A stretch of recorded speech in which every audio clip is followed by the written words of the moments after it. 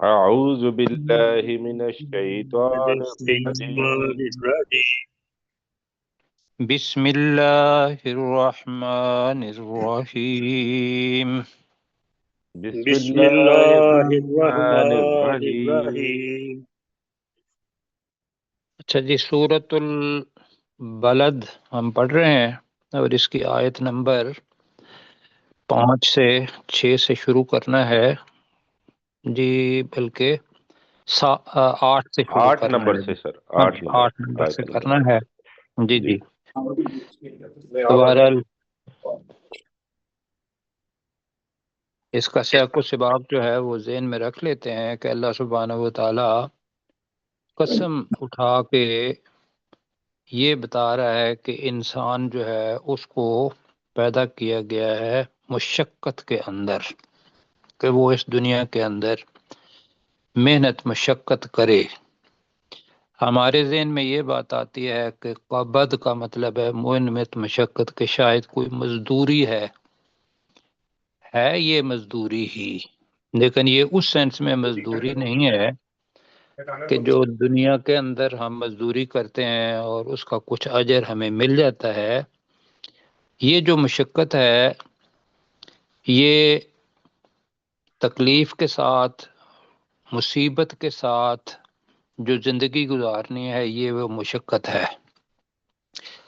اب یہ مشقت 2 طرح کی ہو سکتی ہے. کیوں صاحب میرے ساتھ ہیں ساتھی نا؟ جی ایک تو مشقت یہ ہے کہ اللہ سبحانہ و تعالیٰ کی اطاعت میں مشقت ہو، کہ اللہ حکم دے، رسول پاک صلی اللہ علیہ وسلم کی سنت ہمارے سامنے ہو، اور انسان دنیا کے اندر مشقت کرتا ہوا اللہ کی رضا اس کو حاصل کر لے، جنت کی طرف اس کا راستہ ہو جائے، اور اللہ کے فضل و کرم سے وہ جنت میں چلا جائے. اور دوسری مشقت وہ یہ ہے کہ بھی انسان اپنے نفس کی بات مانے، دنیا کی بات مانے، یا پھر یہ ہے کہ دنیا کے جو لوگ ہیں بتانے والے ان کی بات مانے. تو یہاں میں گزارش یہ کروں گا کہ اگر وہ اللہ کی بات سمجھ کے نہیں مانتا اور دنیا والوں کی بات مانتا ہے، یہ سمجھ کے کہ میرے فلاں بندے نے مجھے یہ بات کہی ہے، اور نیت کے اندر قبض کرتے ہوئے، مشقت کرتے ہوئے اللہ سبحانہ و تعالیٰ کا کلام اور رسول پاک صلی اللہ علیہ وسلم کی سنت مطالعہ یہ نہیں ہوتی، تو سوالیہ نشان ہے یہاں. کیوں جی؟ بالکل. جی سر. مطلب اس میں ممکن ہے بہت سارے سوال آپ کے ذہن میں ہوں کہ ہاں جی، وہ بندہ بات تو اللہ تعالیٰ کی بتائے گا، بالکل ٹھیک ہے، وہ اللہ کی ہی بات بتائے گا، لیکن ہمیں یہ پڑھنا ہوگا ذہن میں کہ میں نے دنیا سے کو چھوڑ کے وہ جو نہ دکھائی دینے والا اللہ سبحانہ و تعالیٰ ہے، میں نے اس کی مرضی کرنی ہے، اس کا حکم ماننا ہے. کیوں جی؟ جی جی ایسے ہی ہے نا. یہ ابتدا میں اس لیے کہہ رہے ہیں کہ جو نیت ہوتی ہے اس پر اعمال کا دار و مدار ہوتا ہے. انسان ہر دم کچھ بھی کرے تو وہ اللہ سبحانہ و تعالیٰ کے حکم کی اطاعت میں کرے. یہاں یہ تھا اَيَحْسَبُ أَن لَّن يَقْدِرَ عَلَيْهِ أَحَدٌ، کیا وہ گمان کرتا ہے کہ اس پر کوئی، ہم نے ابھی ترجمہ آپ کر رہے تو احد اکیلا، یہ ترجمہ ہو سکتا ہے، اس میں شک نہیں ہے، لیکن مفسرین نے جو ترجمہ کیا ہے ہم اس کے ساتھ چلیں. کوئی ایک جی، کوئی جی ایک بھی قادر نہیں ہے، قابو پانے والا نہیں ہے. یقول اہلکت مالا لبدا، تو وہ کہتا ہے کہ میں نے ڈھیروں مال اڑا دیا، ڈھیروں مال لٹا دیا، ڈھیروں مال برباد کر دیا. تو ہم نے اس کے اندر جو چوز کیا تھا وہ کیا کیا تھا؟ اڑا دیا. اڑا اڑا دیا دیا. جی. باقی معنی وہ بھی سمجھنے ہیں، خرچ کر دیا جی، ہلاک کر دیا بھی کسی نے لکھا ہوا ہوگا. تو میں دوبارہ بار بار یہ بات کہتا ہوں کہ اصول طور پر وہ جو اطاعت ہے وہ پیچھے رہ جاتی ہے، اور وہ جو لفظ کے ترجمے ہیں نا ان کے اوپر ہم بندوں کو چھوڑ دیتے ہیں۔ ایسا ہوتا ہے یا نہیں جی کہ جی فلاں بندے نے لفظ جو ہے اس کا ترجمہ غلط کیا تھا، کیونکہ عربی زبان ہے اور عربی کے اندر بتایا ہے کہ بھی عربی کے اندر ایک اس کے لغوی معنی ہوتے ہیں، ایک محاوراتی معنی ہوتے ہیں۔ جو محاوراتی معنی اس کو استعارے کی زبان کے اندر، تو نیت جو ہے وہ ہماری ٹھیک ہے، ہم کسی کو بھی یہ نہیں کہتے کہ بھی اس کا ترجمہ اس نے خلوص نیت کے ساتھ کیا ہے تو ٹھیک، لیکن ہم دو چار ترجمے نہیں کر سکتے، ان میں سے ایک لفظ کوئی لینا ہے تو ہم وہ لفظ لیتے ہیں، اور باقی تراجم بھی اگر وہ لغت کے مطابق ٹھیک ہیں تو وہ ٹھیک ہو گیا جی۔ جی آگے جی یہ مال یہاں کل جلدی میں پڑھا اس لیے تھا کہ کچھ ہمارا آگے سفر جو ہے وہ ہو جائے، لیکن چونکہ یہاں چیزیں ایسی ہوتی ہیں کہ جو چھپی ہوئی چیزیں ہیں، وہ میرے ابھی پڑھ رہا تھا تو میرے ذہن میں یہ بات تھی، یا تو کسی آیت کی تشریح قرآن مجید خود کرے تو وہ آیت بتا دے، تو اللہ سبحانہ و تعالیٰ اپنی آیت کی تشریح خود کرے گا تو وہ اور زیادہ واضح ہو جائے گی، یا پھر یہ ہے کہ رسول پاک صلی اللہ علیہ وسلم کی حدیث مبارکہ ہے، وہ اگر تشریح کرتی ہے تو سب سے اچھی تشریح وہ، اور پھر ہم کیا کرتے ہیں کہ ہم اس کا انطباق کر لیتے ہیں اپنے اوپر، اپنے آپ کو صحیح راستے پر چلانے کے لیے، تو اللہ تعالیٰ انشاءاللہ صحیح راستے پر چلنے کی توفیق عطا فرمائے، آمین۔ اب یہاں جو تھا نا اَیَحْسَبُ أَن لَّمْ يَرَهُ أَحَدٌ، تو لفظ کیا وہ گمان کرتا ہے کہ اسے، یعنی کہ اس انسان کو، لم ہے اور یرا مضارع ہے، نہیں دیکھا، احدن کسی ایک نے بھی اس کو نہیں دیکھا۔ تو اللہ سبحانہ و تعالی آگے پھر دیکھنے کے ساتھ ہی تعلق ہے عینین کا، یہ خوبصورتی ہے ان ساری کی ساری آیات کی، لیکن یہاں جو دیکھنے والا ہے اس کے بارے میں نے کہا تھا کل آپ کو کہ بھئی کچھ آیات ہم دیکھیں گے۔ سورہ اسراء کے اندر یہ آتا ہے کہ اللہ سبحانہ و تعالیٰ پیچھے آیت نمبر ہے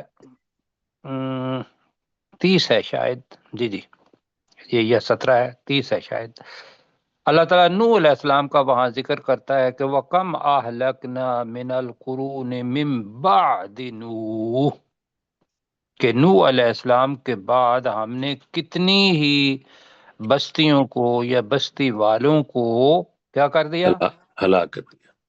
ہلاک کر دیا۔ اب اللہ سبحانہ و تعالیٰ یہاں اپنی جو نگہبانی ہے اس کے متعلق کہہ رہا ہے کہ وَقَفَا بِرَبِّكَ، تیرا رب کافی ہے، بِذُنُوبِ عِبَادِهِ خَبِيرًا بَصِيرًا، اپنے بندوں کے گناہوں پر انتہائی خبر رکھنے والا اور بہت زیادہ دیکھنے والا۔ کیوں جی؟ جی جی یہ خبیرم بصیرہ بہت مرتبہ آئے گا، میں نے یہ لفظ دیکھا تو قرآن مجید کے اندر بہت جگہ پر آیا ہے، تو یہاں جو اپنے آپ کو بتانا ہے وہ یہ ہے کہ اللہ سبحانہ و تعالی دیکھ رہا ہے، اس وقت بھی ہم پڑھ رہے ہیں، اللہ دیکھ رہا ہے کہ یہ کیا کر رہا ہے، اور اگر کوئی گناہ کر رہے ہوں گے تو اللہ سبحانہ و تعالیٰ کیا ہے جی، انہیں بھی دیکھ رہا ہے، وہ خبردار ہے۔ لیکن جو صورتحال ہے وہ یہ ہے کہ بھی غلطی پر وہ کیوں نہیں سزا دیتا، یہ پہلی بات تو یہ ہے کہ اللہ سبحانہ و تعالیٰ کا کرم اور رحم ہے کہ زندگی ہماری چل رہی ہے، ورنہ جتنے گناہ ہوتے ہیں ہر گناہ پہ ایک تھپڑ پڑتا، سزا ہوتی، تو ہم شاید یہاں نہ ہوتے۔ ایسے ہی ہے جی۔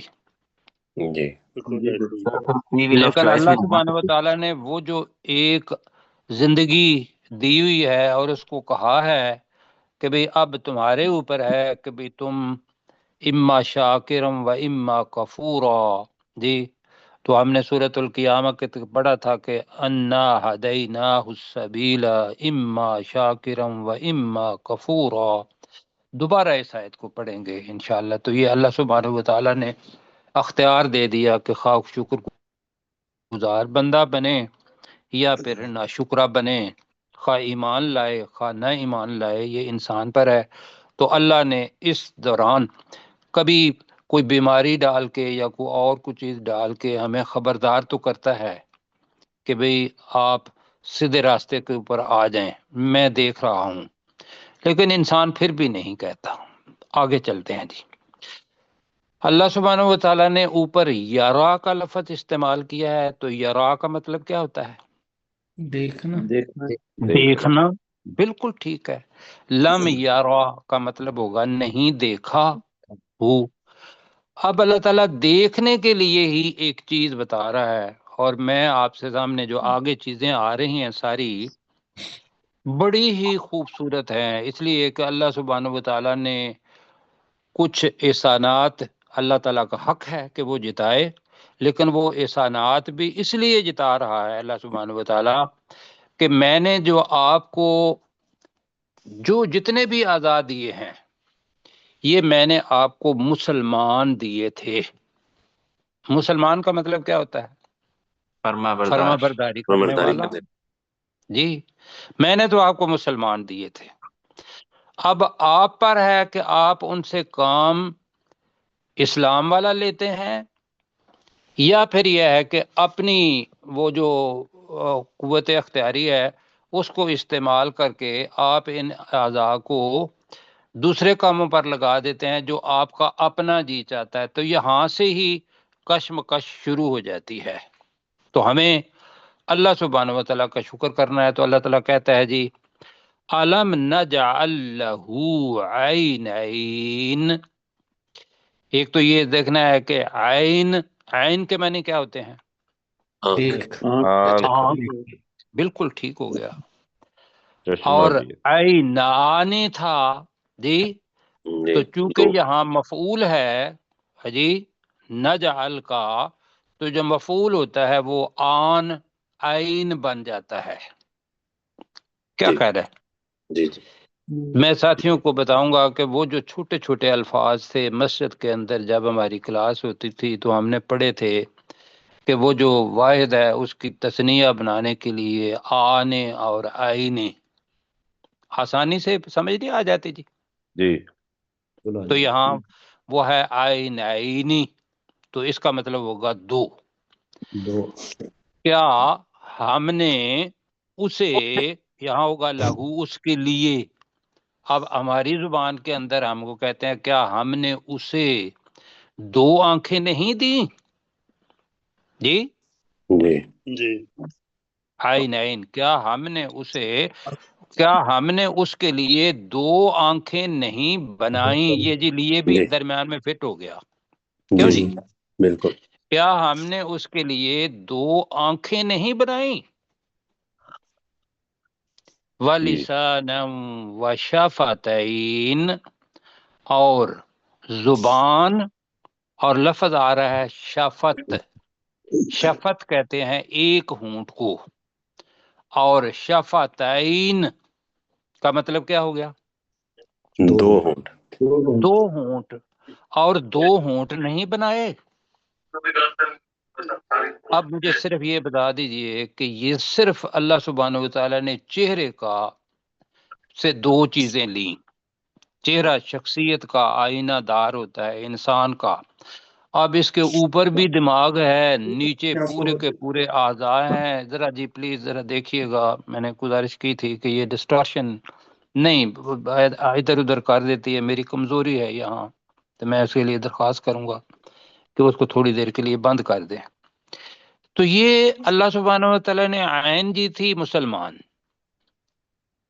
اب ہمارے اختیار میں ہے کہ ہم اس کو اللہ کا فرما بردار رکھتے ہیں یا اپنی مرضی کے مطابق اللہ کا فرما بردار نہیں رکھتے. ممکن ہے اگر مرضی اللہ کی مرضی کے مطابق ہے تو ٹھیک، لیکن وہ مرضی پھر اپنی نہیں ہوگی، وہ مرضی کس کی ہوگی؟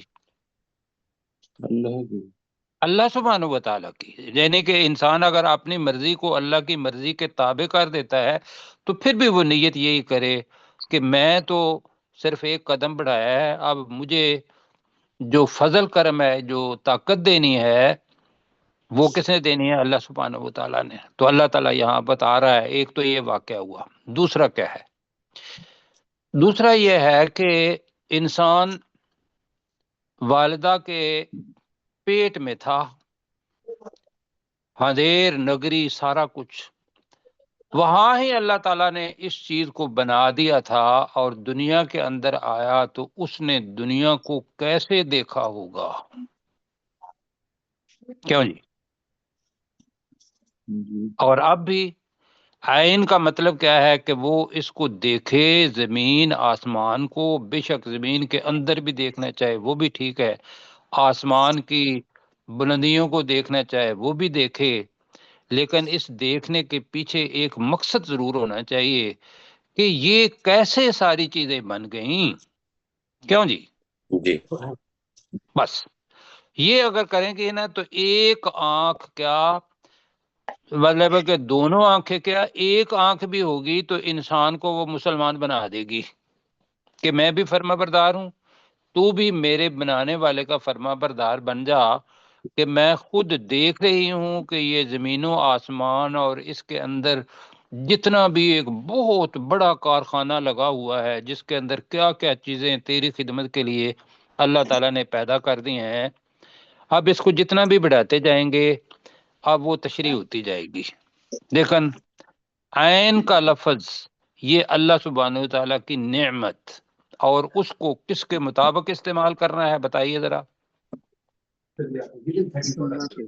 اللہ کے حکم کے مطابق، اللہ کے حکم کے مطابق، جی انشاءاللہ۔ اب دوسری چیز ہے وَلِسَانًا وَشَفَتَيْن، اور زبان اور دونوں ہونٹ۔ اب اگر زبان ہو ہونٹ نہ ہوں، بتائیے ہماری گفتگو کرنے کا انداز کوئی بندہ سمجھے گا؟ نہیں سر، نہیں سر، اگر تو ہم صرف ترجمہ کرتے گئے نا تو ترجمہ تو آرام سے ہے کہ کیا ہم نے اس کے لیے دو آنکھیں اور آگے لکھا ہوا ہے اور زبان اور دو ہونٹ نہیں بنائے، تو ہم کہیں گے جی ہاں بنا دیے۔ لیکن اگر یہ پتا ہو کہ اگر یہ نہ ہوتے تو پھر کیا ہوتا، کیا خیال ہے؟ جی اگر یہ زبان نہ ہوتی ہماری، ہونٹ نہ ہوتے، تو دنیا کے اندر اللہ سبحانہ و تعالیٰ نے ایسے افراد بیچارے، اللہ سبحانہ و تعالیٰ نے ان کے گناہ بڑے کم انشاءاللہ لکھے گا۔ کیوں جی؟ اس لیے کہ ان کو یہ تقدیر بنائی چیز ہی وہ دی ہے، اب اس کے مطابق وہ اپنا اس کا استعمال کر رہے ہیں۔ جن کو دی ہے وہ اپنی زبان کو اللہ سبحانہ و تعالیٰ کے احکامات کے مطابق صحیح چیزوں پر استعمال اگر نہیں کر رہے تو اپنی جو نفس ہے اس کی خواہش نفس کے مطابق کر رہے ہیں، اور اگر اللہ کے حکم کے مطابق کر رہے ہیں تو بے شک آپ دنیا داری کریں پوری کی پوری، لیکن اللہ کے احکامات کے مطابق کریں تو آپ کی زبان مسلمان۔ تو شفاتین میں نے بتانا تھا، آپ پہلے آپ کے ذہن میں کون سا لفظ آتا ہے شفاتین؟ دوسرے پارے میں یہ تھا وَكُنْتُمْ وَكُنْتُمْ عَلَى شَفَا عَلَى حُفْرَةٍ شفا، ہاں وَكُنْتُمْ عَلَى شفا حفرۃ من النار، ایسے ہی ہے نا؟ جی جی وہ شفا کا مطلب کیا تھا؟ کنارہ، کنارہ، بالکل ٹھیک ہے، کنارہ۔ اسی سے ہی یہاں شفاتہ، شفاتن بنا تو شفاتین بن گیا، تو ہونٹ بن گئے۔ یہ منہ کا نیچے سے بھی کنارہ بنتا ہے، اوپر سے بھی کنارہ بنتا ہے، تو یہ دو ہونٹ۔ اب یہ عجیب طریقہ کار ہے کہ اللہ تعالیٰ نے یہ سارا کچھ دیا ہوا ہے، اور بولنے کی طاقت اللہ سبحانہ و تعالیٰ نے دی۔ یہ تو آ گیا جی جسمانی نعمت۔ یہ کون سی نعمت ہو گئی؟ جسمانی نعمت، جسمانی، اور یہ دی اللہ سبحانہ و تعالیٰ نے۔ اب آگے جو چیز آ رہی ہے وہ یہ ہے کہ وَهَدَيْنَاهُ النَّجْدَيْنِ. اب اس کے اندر جیسے عین عین کا عین تھا، شفتعین کا شفا شفا تھا، شفت اگر تا مربوطہ لکھی ہوئی ہو تو وہ بنتا ہے جی، تو یا دوسری ہو تو تب بھی بن جاتا ہے. اس کا واحد کیا ہوگا؟ نجدین. ناجد نجد، نجد بنے گا نا. تو نجد کس کو کہتے ہیں یہ ہم نے دیکھنا ہے. نجد کہتے ہیں جو واضح طور پر زمین کے کوئی بھی ہموار چیز ہے اس کے اوپر بلند جو چیز ہو اس کو نجد کہتے ہیں. کیا کہتے ہیں؟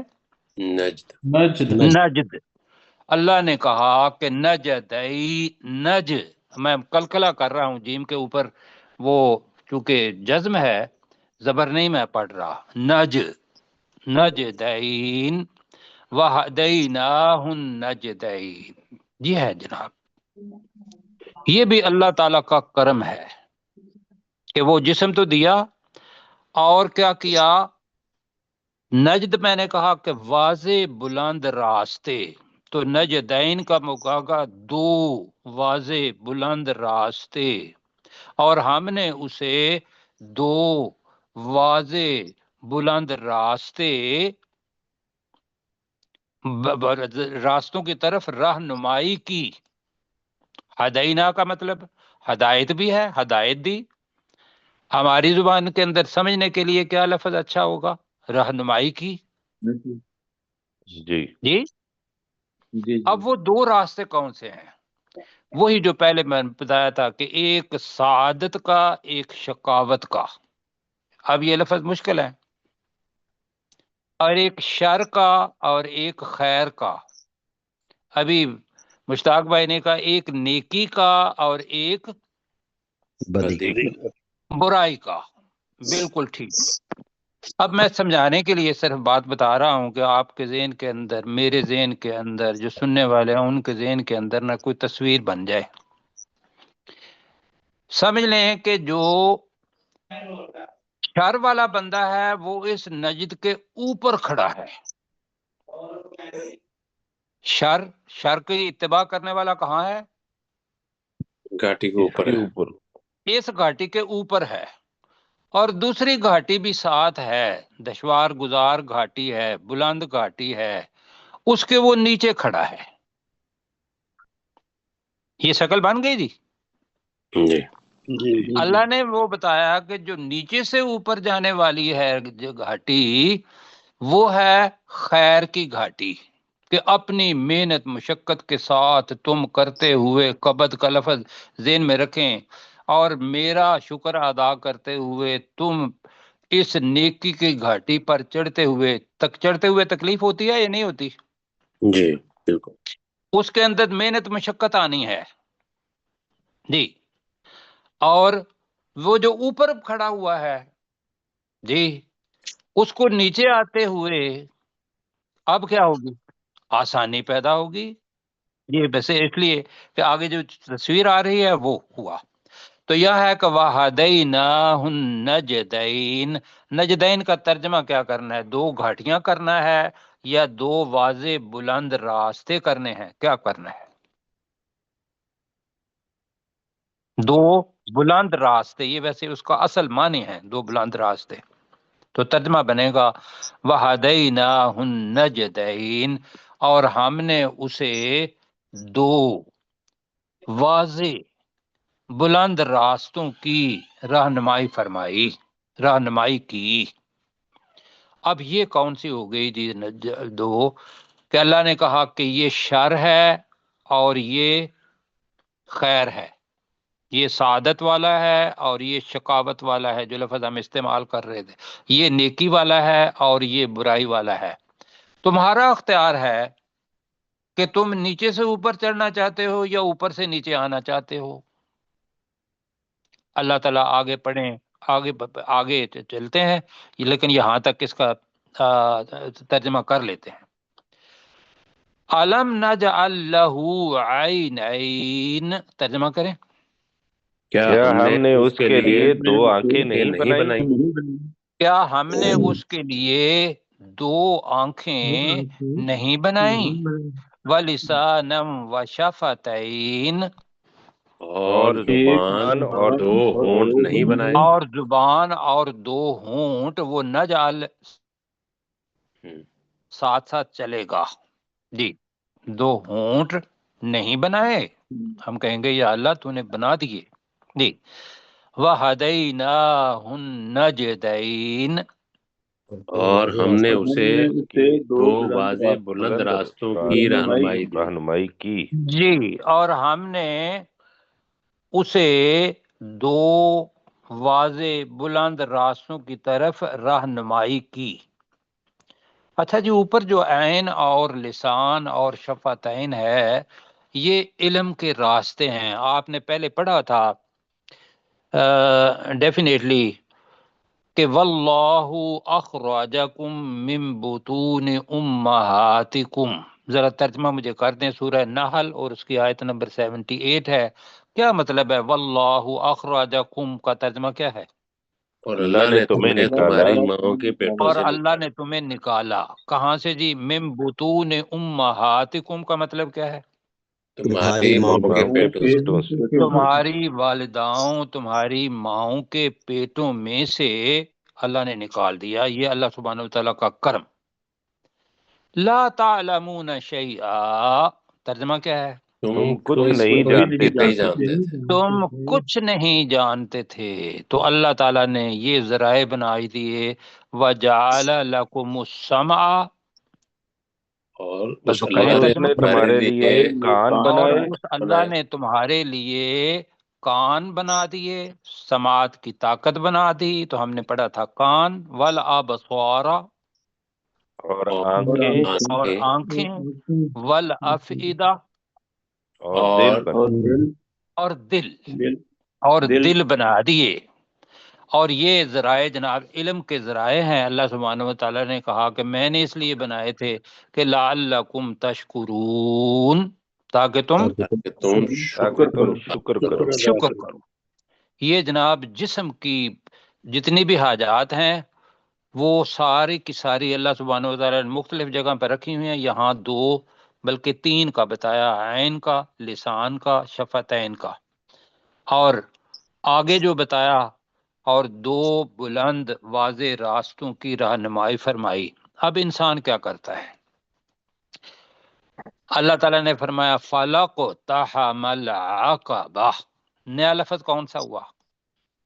اقتحم، جی، اقتحم جی، تو قاف تے ہا جی، قاف تے ہے میم جی، یہ اس کا مادہ بنتا ہے تو اقتحم بنے گا۔ اس کا مطلب ہوتا ہے کسی چیز کے اندر گھس جانا، داخل ہو جانا جی، جی، ایک۔ اور تو ترجمہ بنے گا فَلَقْتَحَمَ، فَلَقْتَحَمَ الْعَقَبَةَ، عقبہ کہتے ہیں مشکل گھاٹی۔ عقبہ کس کو کہیں گے؟ مشکل گھاٹی۔ وہ نجد اور عقبہ کے اندر ذہن میں رکھنا ہے۔ نجد کا مطلب ہوتا ہے واضح بلند راستہ، اور یہاں ہے عقبہ کا مطلب الگ سے کریں گے تو یہ چڑھائی، پہاڑ پر چڑھنے کا جو راستہ مشکل ہے اس کو کہتے ہیں عقبہ۔ فَلَقْتَحَمَ الْعَقَبَةَ کا ترجمہ ہوگا تو وہ مشکل گھاٹی میں نہیں گھسا۔ مشکل گھاٹی کون سی ہے؟ کہ نیچے سے اوپر جانا، تو جیسے ہی ہے۔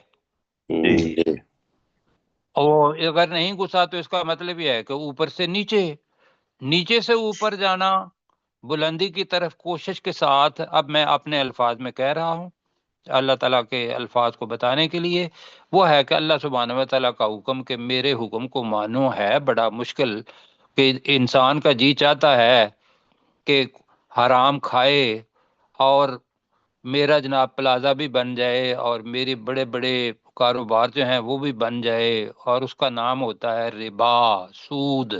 کیوں جی؟ جی جی، تو نفس یہ کہتا ہے، اللہ کیا کہتا ہے کہ یہ ربا کیا ہے؟ حرام۔ چھوڑنا پڑتا ہے یا نہیں پڑتا؟ یہ چھوڑنا پڑتا ہے۔ یہ جو چھوڑنا پڑتا ہے یہ ہے وہ جو عقبہ ہے، مشکل گھاٹی ہے۔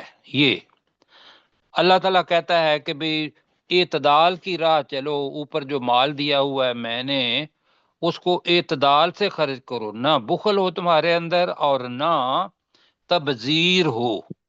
ہم نے عباد الرحمن کے اندر پڑھا تھا جی، انسان کیا کرتا ہے؟ وہ کہتا ہے یقول اہلکت مالا لبدا، میں نے ڈھیروں مال اڑا دیا اور دنیا والے مجھے سلام کریں، میں نے اتنے لوگوں کو کھانا کھلا دیا۔ وہ بے شک وہ ریاکاری کا تھا یا جو بھی تھا، اپنے دل کی تسکین کے لیے اللہ کا حکم تو نہیں مانا نا۔ جی تو اللہ کا حکم ماننا جو ہے یہ ہر وقت ذہن میں اگر ہو، یہ ایسا اللہ تعالیٰ نے خود ہی یہ کہا ہے کہ یہ عقبہ ہے۔ تو مشکل گھاٹی کے اوپر پہنچنا، لیکن اس مشکل گھاٹی کے اوپر چڑھنا، یہ راستہ جاتا کس کی طرف ہے؟ ابدی راحت اطمینان کی طرف۔ آپ پورے کا پورا جنت کا جو نقشہ آپ نے پڑھا ہے وہ اپنے سامنے رکھ لیں، تو پھر کیا ہوگا؟ وہ چڑھائی آسان ہو جائے گی، اللہ کی رضا، اللہ کا دیدار، سارے کا سارا۔ تو پھر ہوگا فَلَقْتَحَمَ الْعَقَبَةَ کا ترجمہ کیا کہ وہ مشکل گھاٹی میں، اقتحمہ کا مطلب میں نے کیا بتایا؟ گھس جانا نہیں جی، نہیں گھسا، ٹھیک ہے۔ اب اس کا ترجمہ یہ بھی کریں گے کہ وہ مشکل گھاٹی پر نہیں چڑھا، یہ بھی ہے اقتحمہ، مشکل گھاٹی پر نہیں چڑھا۔ چڑھا۔ آپ نے کون سا ترجمہ کرنا ہے؟ جو اس کا لغوی معنی ہے یا اس کے جو معنی دوسرے ہیں؟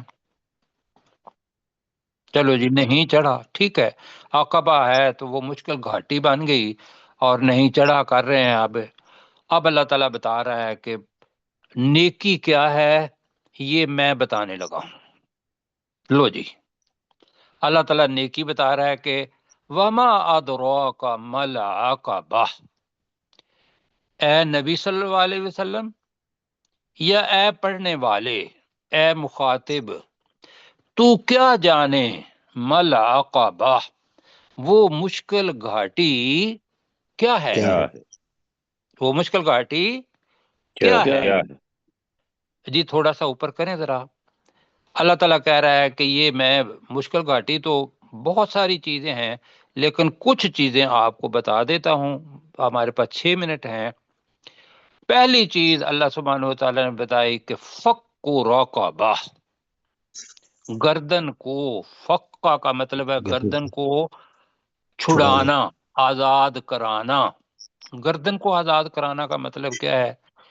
غلام اس وقت ہاں جی، آج کل ممکن ہے آپ سوچتے ہو کہ غلامی یعنی کہ غلام کو آزاد کرانا، جی وہ رقبہ، رقبہ کہتے ہیں گردن کو۔ فقہ کا مطلب یہ ہوتا ہے کو چھڑانا، آزاد کروانا۔ اب غلام کو آزاد کروانا، اب آپ انسان کے ذہن میں آتا ہے کہ بھی آج کل تو کوئی نہیں ہے چیز۔ ہر بندہ جو کسی مشکل کے اندر پھنسا ہوا ہے مالی انداز میں یا اور، میں نے لوگوں کو خود دیکھا ہے، اور ایک بندے کو تو میں بالکل جانتا بھی ہوں کہ زمیندار ہے نا گاؤں کا، اس نے اس کو کہا کہ بھی اتنے پیسے ہیں، جب تمہارے یہ پیسے میں اتار دو گے تو میری محنت، تم میرے کھیتوں کے اندر کام کرنا شروع کر دو، وہ بند کر دو گے۔ اب نہ اس سے بنے، وہ بڑی دیر تک کام کرتا رہا ہے۔ ان کو کیا کہیں گے؟ مقروض کہیں گے نا آپ جی جی۔ تو آج کل کو اگر دیکھنا ہے تو جو مقروض قرض کے اندر جس کی گردن پھنسی ہوئی ہے یا قید کے اندر ہے یا کسی کا کوہاری، اور سندھ کے اندر لفظ استعمال کرتے ہیں، ہمارے ہاں کچھ اور لفظ استعمال کرتے ہیں، ان کو دیکھ لیجئے کہ فک رقبہ، گردن چھڑانا۔ آگے اللہ تعالیٰ رسول پاک صلی اللہ علیہ وسلم کی حدیث مبارکہ جناب اس کے اندر ہے، میں سناؤں جی؟ میرے ساتھ ہیں؟ جی سر۔ بخاری شریف کی حدیث ہے 2517 جی، ان ابی ہریرہ ایما رجل آتق امرأ مسلما جس نے بھی کسی مسلمان بندے کو چھڑایا، اس تن قض اللہ لکل عضو من النار کا مطلب ہے اس کے ہر عضو کے بدلے اللہ سبحانہ و تعالی جو چھڑانے والا بندہ ہے اس کے عضو کو آگ سے بچا لے گا۔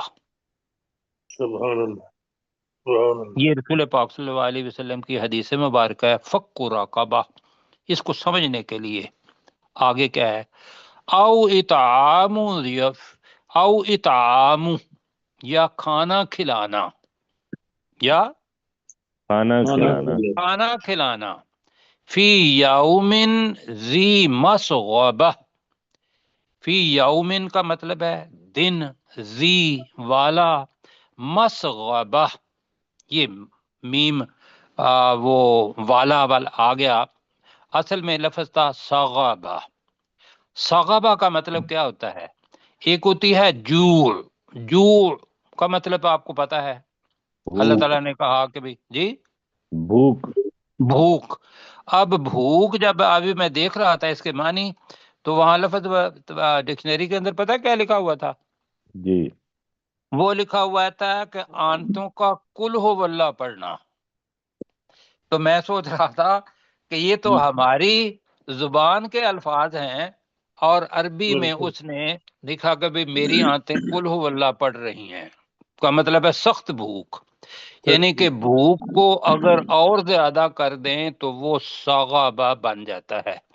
مسغبہ بھوک کو کہیں گے، ذی والا، یومن دن، یا بھوک والے دن میں، اشارہ کریں جی ذرا، یا جی مسغبہ بھوک والے دن میں اطعام کھانا کھلانا، بھوک والے دن میں کھانا کھلانا۔ اس بارے میں حدیثیں بہت ساری ہیں، آگے کیا پڑھتے ہیں، یتیمن ذا مقربہ، یتیمن کس کو؟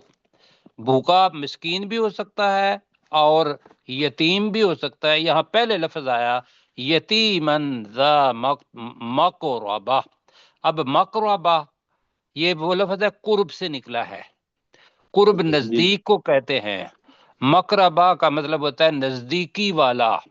دو چیزیں نزدیک ہو سکتی ہیں، ایک تو یہ ہے کہ رشتے کے اندر نزدیک، صلہ رحمی میں، رشتہ داری کے اندر نزدیک، دوسرا یہ ہے کہ آپ کے نزدیک ہی رہتا ہو تو ظرف مکان بھی ہے یہ، اور وہ صلہ رحمی میں بھی۔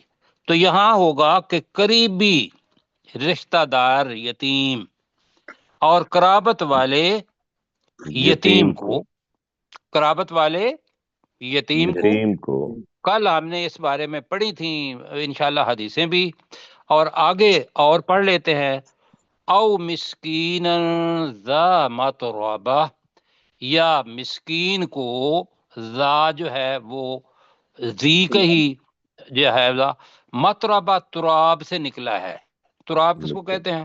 مٹی کو، جی مٹی کو، یا مٹی والے، اس کو ہم کہتے ہیں خاک نشین، یا خاک نشین مسکین کو۔ یہاں تک تو ہے، کل اس بارے میں انشاءاللہ یتیم کے بارے میں بھی حدیث پڑھیں گے، مسکین کے بارے میں بھی پڑھیں گے، اور کھانا کھلانے کے بارے میں بھی۔ جی جلدہ پڑھیے گا، وَهَدَيْنَاهُ النَّجْدَيْنِ، اور ہم نے اسے دو بلند واضح راستوں کی اور رہنمائی ہم کی، نے اسے دو بلند واضح راستوں کی طرف رہنمائی کی، فَلَقْتَحَمَ الْعَقَبَةَ، تو وہ مشکل گھاٹی پر نہیں چڑھا، وہ مشکل گھاٹی پر نہیں چڑھا، وَمَا أَدْرَاكَ مَا الْعَقَبَةُ، اور تو کیا جانے وہ مشکل گھاٹی کیا ہے، تو کیا جانے کہ وہ مشکل